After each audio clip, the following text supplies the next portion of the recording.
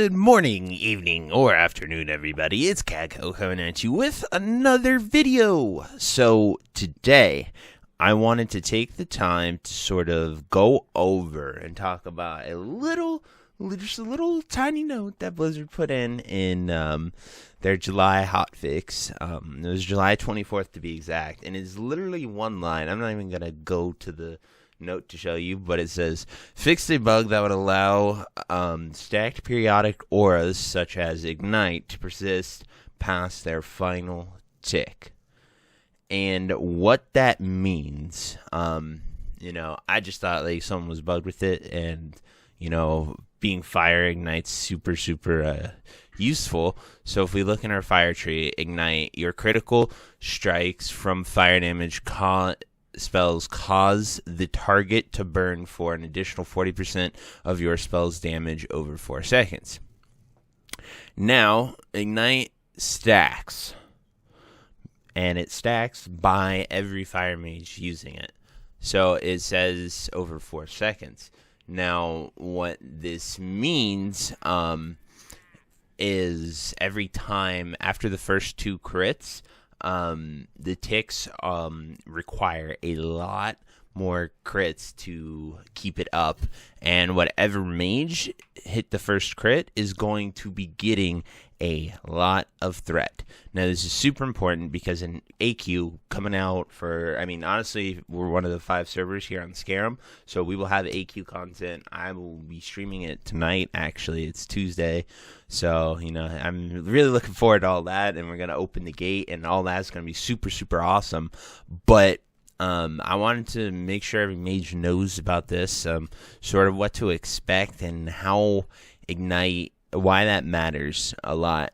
And 2 big reasons that matters is a lot of best stuff, or what is best in slot dependent on your crit ratio for Frost, and it didn't really matter too much. Like, it wasn't that big of a deal, but where it became an issue is for a few items. So like for Mana Igniting Cord, I honestly liked Fire Maw's Clutch better than that. You got 10 spell power, you got the 5 mana per second.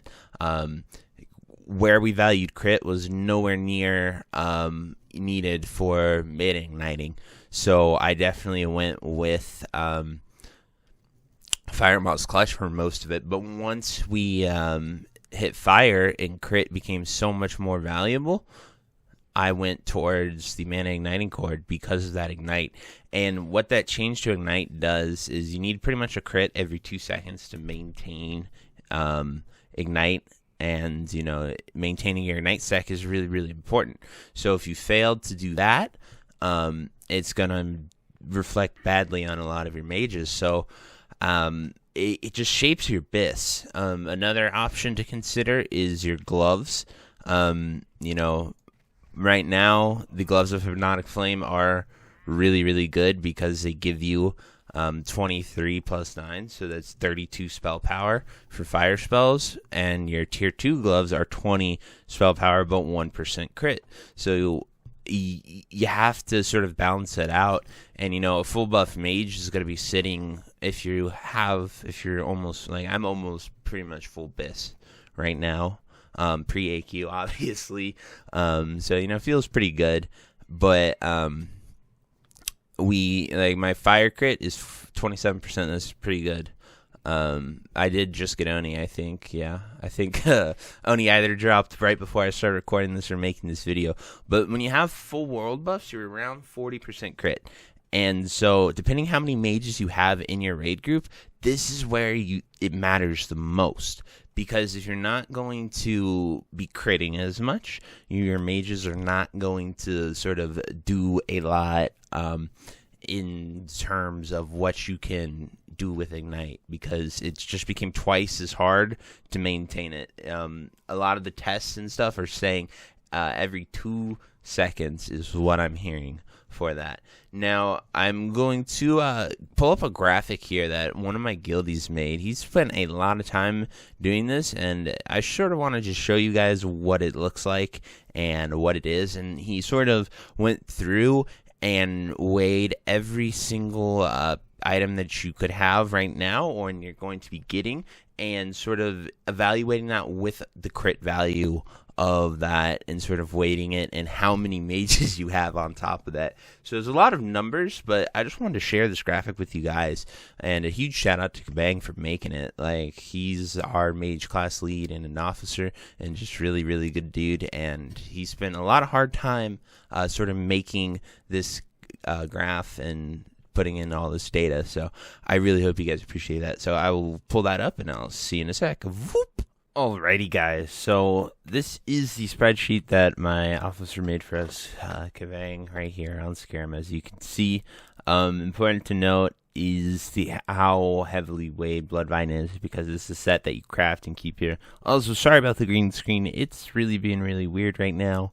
So I appreciate you guys bearing with me for this technical difficulties as I sort of walk you through this. Anyway, we sort of take a look at the head things. You have the Enigma and you have Machandres, and he sort of went through, with 1 to 2 mages, as well as these are the numbers that he used for sort of what is the best. So when you compare any item, he did a lot of stat calculations for these, with spell damage and crit, and so that's sort of everything that you can see. And this is where he gets his crit value calculation with Ignite from fire. So you can sort of see how each thing is more value or less value, whether the amount of mages you have, the less valuable that crit is. So like when you have 7 mages, you can almost argue that the Enigma helmet is better than a Machandres when it comes to being that. And so just please use this graphic. That's why I'm showing it to you guys. But you could sort of just look at each thing, whether you're buffed, unbuffed, how many mages you have in your raid group. He did 1 to 3. 1 to 3 kind of bunched together because it doesn't really start to matter till you have 4 and onward, because of how it works and just the casting and the chances you'll get to crit. That all varies. But he pretty much went down the entire bis list for what you have right now and what you are going to have later, and sort of just to, take a look at this. When you're going to sort of swap these out, change them, use other things, that's really, really important. And so just wanted to give you guys the opportunity to sort of look at this amazing spreadsheet that Kaghoe put a ton of work in. If you are confused on it, I first looked at it like it's just a bunch of numbers, but sort of understanding how he ranked it with the values makes a lot more sense. I don't have his exact calculation numbers per item, but we have our table over here to sort of show you comparing crit to spell power, and all the mages you have and when you would want to use it opposed to when you would not use it. And then some items are just the best, like the femur. The only thing comparable to the femur is the High Warlord dagger. Same with the belt, and the Darkstorm gauntlets, but we don't really get those until later. But this is sort of just answering every real question that you guys might have, honestly. And I just wanted to take the time to sort of show you this amazing resource that Kaghoe provided for me. So I wanted to sort of share it with all of you guys, and definitely a huge shout out to him for making this, because it's a lot of work to go through all of these and sort of weigh them based off of simulations and tests with a few mages. So it's just really, really cool. A big note, today is going to be me getting into a lot of AQ stuff. I'm super excited. The AQ is going to be open and ready to go here in a bit, and it's just going to be really, really awesome. And yeah, I should be streaming that, covering that, and giving you guys everything that I possibly can. If you noticed, I'm on the other side of the screen now.